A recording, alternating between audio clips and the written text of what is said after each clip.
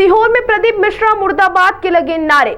बड़ी संख्या में एकत्रित होकर आज कायस्थ समाज सीहोर कलेक्टर कार्यालय पहुंचा, जहां पंडित प्रदीप मिश्रा ने चित्रगुप्त भगवान को लेकर जो अभद्र भाषा का प्रयोग किया, उसको लेकर कायस्थ समाज में आक्रोश है। पंडित प्रदीप मिश्रा मुर्दाबाद के नारे लगाए गए। कायस्थ समाज का कहना है कि पंडित प्रदीप मिश्रा बार बार अनाप शनाप बयान देकर अपना ग्राफ कम कर रहे हैं। हमेशा पंडित प्रदीप मिश्रा छोटी बातें करते हैं। राधा नारी पर जिस तरह से उन्होंने टिप्पणी की, वैसे ही अब चित्रगुप्त पर उन्होंने अभद्र भाषा का प्रयोग किया।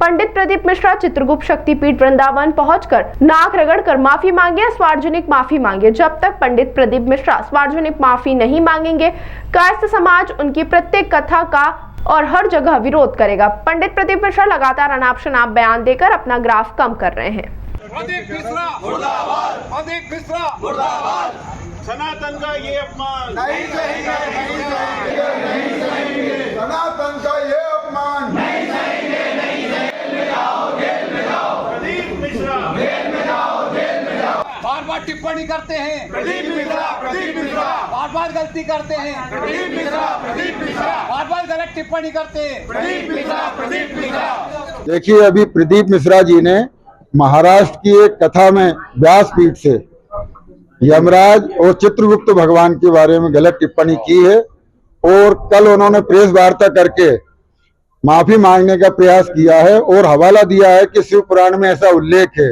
जबकि मैंने स्वयं 11 बार शिव पुराण को पढ़ा है, उसमें कहीं पर भी ऐसा नहीं लिखा है।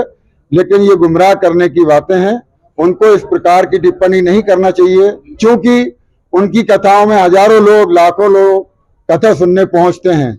इस प्रकार की भाषा का प्रयोग वो करेंगे और सनातन धर्म के देवताओं के बारे में अपमानजनक टिप्पणी करेंगे तो हमारे धर्म के नई पीढ़ी को गलत संस्कार जाएंगे और हमारे सनातन धर्म का अपमान होगा और हमारे सनातन धर्म का पतन होगा। हम इनका विरोध करते हैं और पूरे देश में उनके खिलाफ कार्रवाई की जा रही है। इसमें दिल्ली, पटना, जयपुर, तमाम जगह उनके खिलाफ FIR की कार्रवाई भी हो रही है। किसी भी व्यासपीठ से यदि वो माफी मांगते हैं, क्षमा मांगते हैं, तभी कायस्थ समाज का आक्रोश दूर होगा, अन्यथा इस प्रकार का विरोध चलता रहेगा। जो प्रदीप मिश्रा जी हैं कथावाचक, और चूंकि हमारे शहर से संबंधित हैं, तो हम लोगों की जवाबदारी और बढ़ गई है, क्योंकि राष्ट्रीय स्तर पे हमें फोन आ रहे हैं।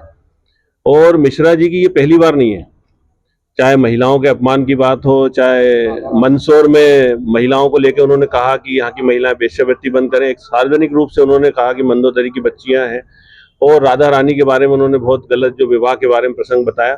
और ऐसे ही कल जो उन्होंने माफी मांगी, तो माफी में उन्होंने माफी नहीं मांगी, उन्होंने बल्कि ये बताने का प्रयास किया कि मैं तो जो बोलता हूँ वो वेद पुराण से बोलता हूँ, और वेद पुराण की बात कई लोगों ने पढ़ी नहीं होती, समझ नहीं आती।